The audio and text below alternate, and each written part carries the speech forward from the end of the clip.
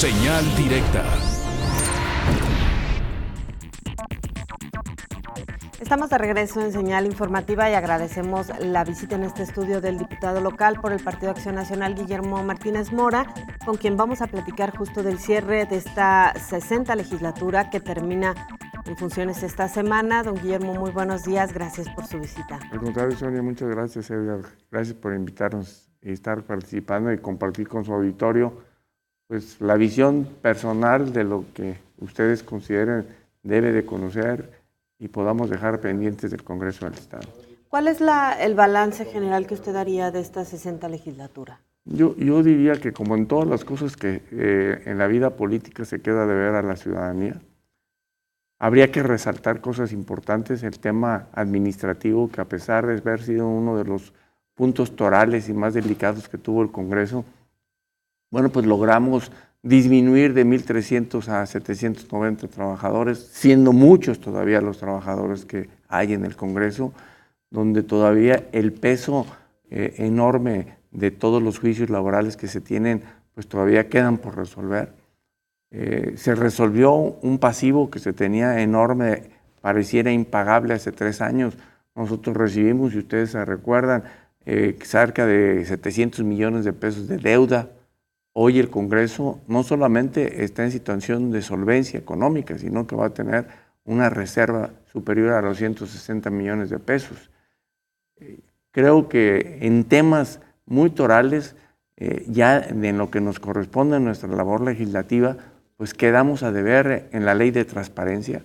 Creo que hicimos un muy mal papel, primero habiendo votado quienes así lo hicieron, la ley que solamente modificaba algunas cosas de la ley de transparencia. Habla de esta última votación. Esta última, que al final de cuentas se hicieron algunas modificaciones que nada tienen que ver con la propuesta que habíamos hecho y que queda en el tintero en la Comisión de Asuntos Constitucionales, la propuesta de una reforma de ley que yo creo que hoy requiere Jalisco, una reforma política que ustedes se recordarán, incluso yo hice un foro donde hicimos un análisis de todo lo que queda pendiente, entre ellos la participación de las candidaturas independientes en el sistema político, la reducción a los presupuestos de los partidos políticos, sobre todo hoy que estamos en una enorme crisis. Y el Senado ya lo está planteando, bueno, además. Hoy ya lo está planteando el Senado y la fracción de Acción Nacional. Yo lo planteé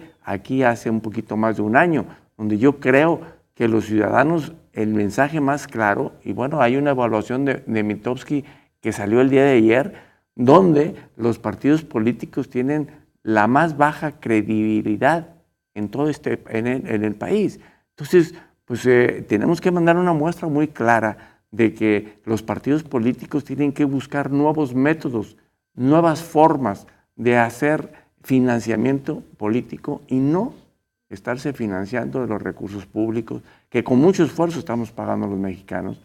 A mí me parece que en este sentido también se tiene que hacer una valoración de fondo y una aplicación correcta de la ley de austeridad que aprobamos. Creo que es un éxito de este Congreso. Lo importante es cuál es la trascendencia que tendrá en la vida política del Estado. Una ley que no se aplica porque no establece ni cómo, ni quién, ni sanciones. Efectivamente, creo que este es el grande reto que hoy todavía nos queda. Se impulsó con un sentido de búsqueda de austeridad, pero ahora pues tendremos que verlo y creo que la muestra más clara tendrá que ser los ayuntamientos de la zona metropolitana, porque fueron los precursores de esta ley. ¿Sí? Claro. Entonces, bueno, ahí tendremos que empezar a ver que realmente logremos la credibilidad. Y yo creo, pues, que el reto habría que empezar por el Congreso, ¿no, don Guillermo? Que, como usted mencionaba al principio, si bien es cierto, se logra ajustar las finanzas, se logra tener un mayor orden después de las deudas que ustedes heredaron, tampoco se consigue hacer un Congreso más barato, es decir, sigue siendo un Congreso que le sale muy caro a los jaliscienses. Y que lamentablemente, en mi pronóstico, será muy difícil poderlo eliminar, dado que son plazas que ya están garantizadas en derecho a los trabajadores. Habrá que seguir haciendo la labor, y yo lo decía ayer en una reunión que tuvimos, hay mucha gente que sostiene al Congreso y que son los que ganan menos, y muchísimos que tienen sueldos espectaculares y que poco aportan, o mucho son todavía gente que está ahí de aviadora. El caso más concreto, la doble plaza que teníamos entre quien estaba en Justicia Alternativa y en el Congreso, que finalmente, precisamente el día de ayer, se le notificó la cancelación de su plaza. Que además se quedó sin los dos cargos. Ya no también de Justicia Alternativa lo despidieron después de los escándalos en los que se involucró. Y eso todavía existe mucho en el Congreso. Yo espero que los nuevos diputados lleguen con un espíritu y una visión clara de transparencia, de un manejo pues, más claro. Lamentablemente, pues hay actores que fueron causantes de la crisis que estamos viviendo o que vivimos en el Congreso, que hoy regresan y que espero pues que los ciudadanos a través de ustedes, los medios de comunicación, pues estén perfectamente enfocados. Esta legislatura, don Guillermo, quizá el problema que tiene con la nómina son los juicios laborales que pierde. 100 juicios perdidos de 100 en disputa, que luego le llevan incluso a alrededor de 20 basificaciones. De pronto levantan muchas sospechas, ¿no? Bueno, déjame decirte, Sonia, yo lo dije hace poco más de un año y medio, los juicios, los 55 juicios que fueron porque pues, se presumieron de despidos, pues prácticamente los 55 regresarán al Congreso. ¿Por qué? Y además con base. Con un periodo, bueno, ya tenían base, y es la razón, el por qué pues, van a ganar los juicios.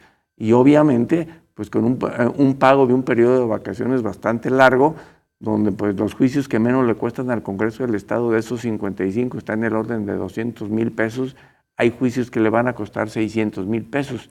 Bueno, cuando menos les estamos dejando los recursos para que puedan finiquitar esos juicios laborales. Pero no es descuido. A ver, usted es empresario y si se respeta la ley cuando se despide a una persona, pues no tendría por qué suceder. En el caso del sector gubernamental no es exactamente igual que la teoría que tenemos, bueno, la teoría basada en la ley en las empresas. Yo le doy sus 3 meses y le corresponden sus 20 días por año y hago el finiquito. En el derecho no aplica. Aquí, en el caso del sector gubernamental, tiene que ser aquello que se dijo en el Congreso, que se iba a hacer una supresión de plazas. Que yo lo dije y lo dijo Víctor Sánchez también en ese momento. Eso es una mentira. La supresión de plazas procede cuando existe la cancelación del organismo gubernamental. En este caso, pues el Congreso tendría que desaparecer para que pudiera aplicarse el sentido de derecho de la supresión. Por lo tanto, pues se seguirá engañando a la sociedad. Claro. Yo creo que aquí lo que debería de hacerse, y lo dije yo en su momento, es suprimir los 108,000 pesos que se tiene y que ya no se contraten supernumerarios y que entonces se tome gente del Congreso, que se limpie todos aquellos que tienen plazas que no van a trabajar al Congreso, que son los aviadores, y que bueno, yo creo que ahí cuando menos se podría limitar a 250 personas. Esto haría que el Congreso lo pudiéramos reducir a 520, 530 personas, que todavía serían muchas. Pero no lo hicieron ustedes. Ustedes sí hicieron uso de esos 100,000 pesos que tenían para nómina. Tienes toda la razón, y yo lo dije que lo deberíamos de haber hecho. Lo dije desde cuando la primera vez que aprobamos el presupuesto, donde hablamos no solamente de la cancelación de las casas de enlace, sino también yo creo que a cada quien le debe ir costando un esfuerzo. Y yo creo que a todas las legislaturas, a partir de la nuestra, deben de hacer cada una un esfuerzo muy importante en la disminución del gasto para que se pueda llegar en 3, 4 administraciones a una verdadera depuración. Fue el gran fracaso la reducción de la nómina. Hubo incluso 4 acuerdos formales que pasaron por el Pleno para esta reducción. Si te refieres a eso, sí, aunque no es un fracaso administrativo. Yo creo que administrativamente esta legislatura hace un parteaguas de haber hecho una limpia en los recursos que provienen del presupuesto.